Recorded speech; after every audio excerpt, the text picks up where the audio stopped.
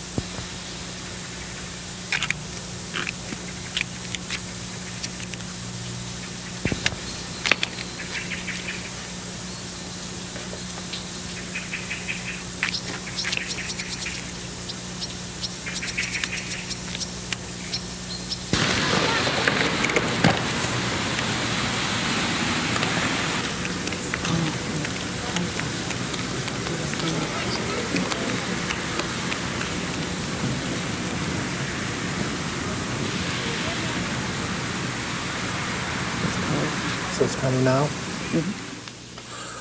Well, that's amazing. Thank you very much. Thank you very much for coming in. I appreciate it. Yin Peet. Thank you for having me. That was very amazing. I really enjoyed that. Tell me a little bit about where that was. Was that? It's in Zadar city in Croatia. Mm-hmm. And this was just done last month. Oh, really? So you're just back home recently? Yes. I'm a Mobius artist, and we had an exchange with Croatian artists. And normally in the exchange, we don't know where we're going to perform, nor can we hold any large material over there. And also, we don't know what's available over there. So in general, we have to be very creative about, and the last minute thing about if you want to do any large scale work, which I am always... That looks pretty large. That looks like a big piece. It's 40 feet by 40 feet installation. Wow. Oh, tell me a little bit about the materials that were used there. Newspaper. Lots of newspaper. Old newspaper. Okay. 5 stacks, as told me. And it's not that easy to get that much newspaper all at once within a short time. Yeah. But I did it in 2 cities, in 2 different years, and it has been very lucky that I was. Now, what did you do to the newspaper? You crush and you crush and you crush. Oh, so it's not like it's wet or turned into paper mache or anything of that nature. No, okay. it's incredibly low tech. It involved only manpower and time. Woman power. Woman power and time. Right. The piece you just saw, it happened over 7 days. Okay. Originally, it was a ritual. It's a Zen garden, therefore it is a Zen ritual.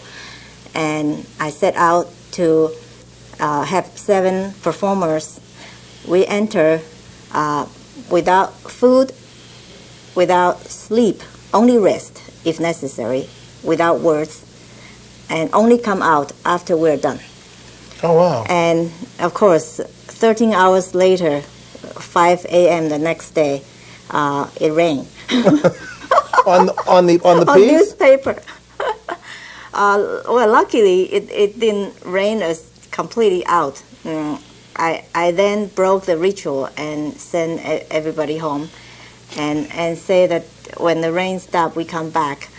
Well, nobody came back except later at 1, but I came back 3 hours later, and I continue, keep going.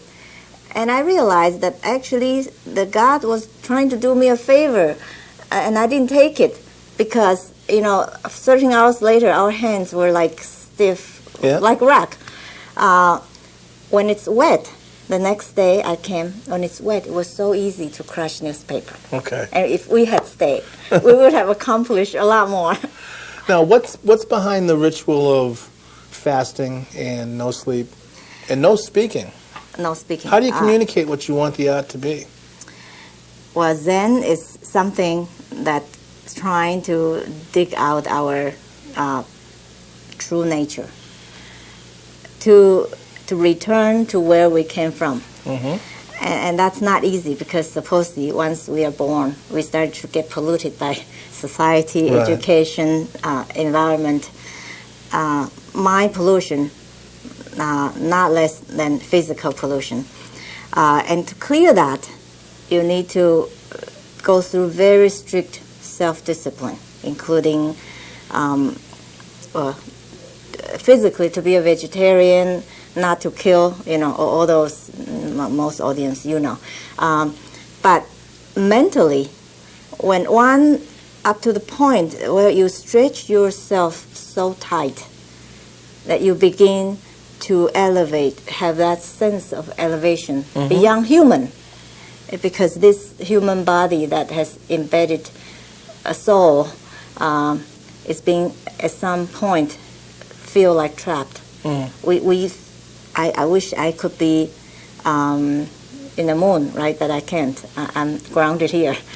So such things, perhaps through meditation and through meditation doesn't mean that you sit there and do nothing.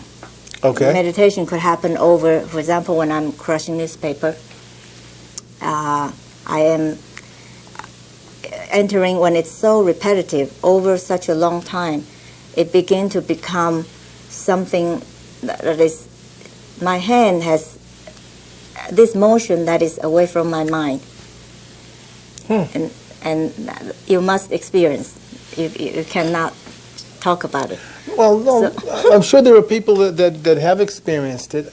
I've been out of my mind for a long time, but I've never really... Next time, join me when you're out of your mind.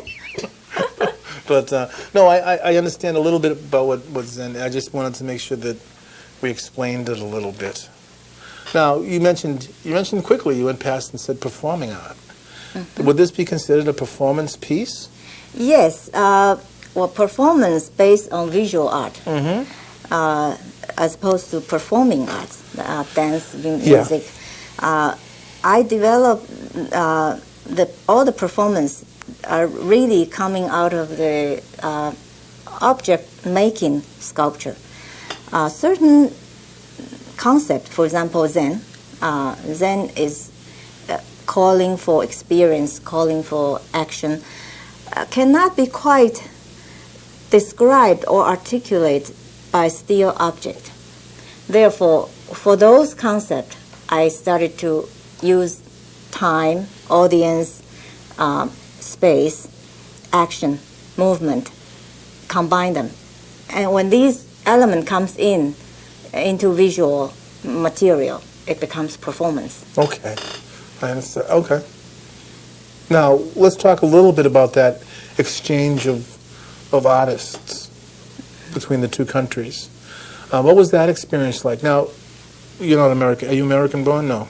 No, I was born in Taiwan. In Taiwan. I came to the U.S. in 1982. Okay. And I'm now the citizen.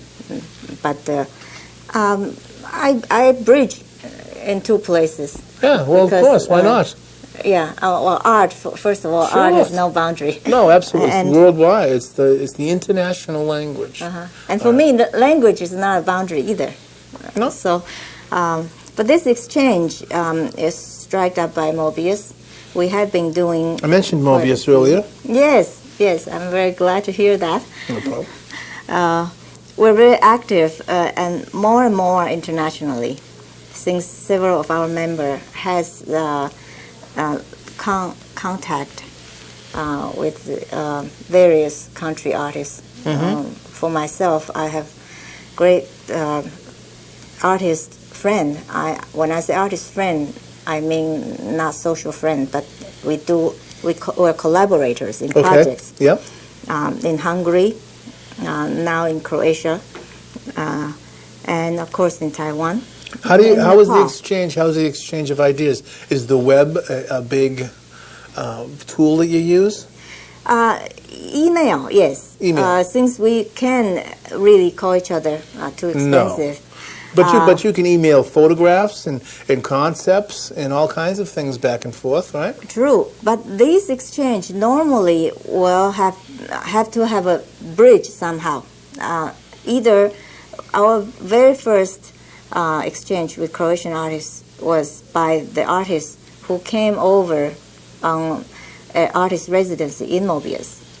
And when he returned to Istria, then he started to talk about how about we have two groups of artists, that you come over and make artwork, and we come over to So he Boston. kind of instigated. What's his name?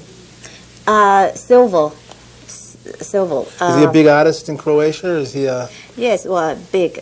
You have to be careful about that word, big. Okay. Big in what? Is he as big as you?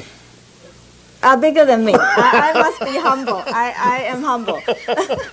Everybody is bigger than me. I don't believe that for a moment. No, without this chair, I would be much smaller than you. I don't mean in stature. I mean in the art community. Yes. All the artists we have worked with are very dedicated artists. And in art, I consider dedication perhaps the greatest measure. Oh, no question. Yeah, they are all big. They are all big, yes. You know what I want to do is I want to show another piece of yours, which we have kind of queued up right here. Explain, what is this? What are we looking at here? What is that? Looks like an egg to me. Then it is an egg. Then it is. You named it. Okay. As I said earlier, I'm a sculptor. I make eggs. Oh, really? That's the main thing? Not the main thing, but recent 4 years, I was crazy about granite. And actually, when I went into granite, my first piece was a 12-foot tall sculpture called Philosopher. Right now, it's placed on Route 20 on the boundary of Wayland and Sudbury. Oh, that must be nice. That must be exciting. That was exciting, and that piece was overly ambitious for me, of course. But because of that, ever since that piece, everything seems small and easy. So I probably have about nearly 20 pieces of large-scale granite work now. Where can people see some of these, besides on Route 20 out in Wayland? Some Actually, a large number of them are in the quarry where I work. Oh, okay. And some of them are in front of my yard, which got me in trouble. But we'll have none of that. No, none of that. But the granite sculpture, they're very... Why, I gotta ask, why would it get you in trouble? Well, not big nudes on weight. there or anything. Oh, the weight. The weight of it. They vary from 1.5 ton to the largest. The one I'm working now is 16 tons. I can see where the city might have a question too about the water lines and what have you. Yeah, that could cause a problem. Yes, I wish I have a large studio that I can put them all indoors. Do you have a website where people can get in touch with you? Yes. And that website I'm very is? gladly to give it to you. Yes, please. Yin Peet Sculpture, one word. InPeetSculpture.com. Now, will we link that up to our website so people can find you? Oh, yes, please do. Would that be neat to do? Please do. That would be great. Okay. Thank you very much. Well, I really do appreciate you coming in. Thank you for having me. It's very nice to have you, and thank you for that piece. And good luck. Oh, thank you. Don't I go, need that. Don't Yes. go away. Don't go away. I gotta thank another sponsor. Oh, okay. They'll be out there waiting for me if I don't. But we're very, very proud to have as one of our sponsors. It's all about arts. Is sponsored by Museums Boston. Now, Museums Boston is a great group, a great magazine that actually sponsors and helps us. They do advertising for us, and they come and join us here on the program on various occasions, and we're very, very happy to have them with us, like I remember.